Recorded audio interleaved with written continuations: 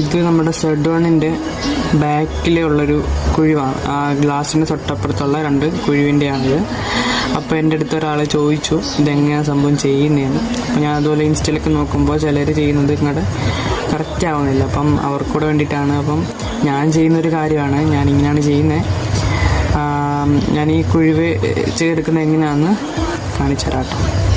ആദ്യമായിട്ട് ഒരു ബ്ലേഡിൻ്റെ ഒരു ഭാഗം വേണം. 2ആയിട്ട് ഒടിച്ചതിൽ ഒരു ഭാഗം എടുത്തിട്ട് നമുക്കിങ്ങനെ കർവ് ചെയ്യണം. എന്നിങ്ങനെയാണ് നമ്മളിത് ചെത്തിയെടുക്കാൻ ഉപയോഗിക്കുന്ന ഈ രീതിക്ക് പിടിച്ചിട്ടാണ് കേട്ടോ.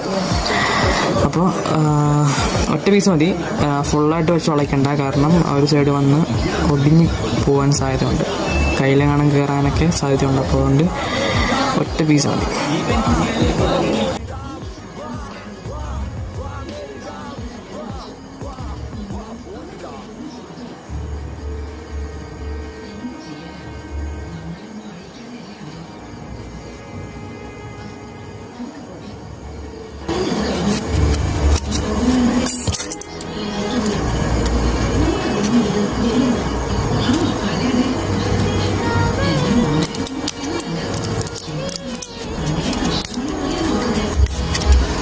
നമ്മൾ ആ കുഴിവ് ഇങ്ങനെ എടുത്തിട്ടുണ്ട് കേട്ടോ. അപ്പോൾ ഇങ്ങനെയാണ് ഞാൻ ചെയ്യുന്നത്.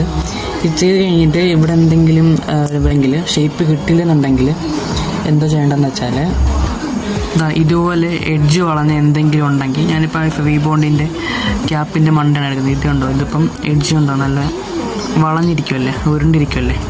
അപ്പോൾ അത് വെച്ച് നമുക്ക് ഇതിനകത്ത് ഒന്ന് പ്രസ് ചെയ്ത് കൊടുത്ത് കഴിഞ്ഞാൽ അതൊരു കുഴിവ് നല്ല കറക്റ്റായിട്ട് കിട്ടും കേട്ടോ. അപ്പോൾ ഞാനിങ്ങനെയാണ് അത് സംഭവം ചെയ്യുന്നത്.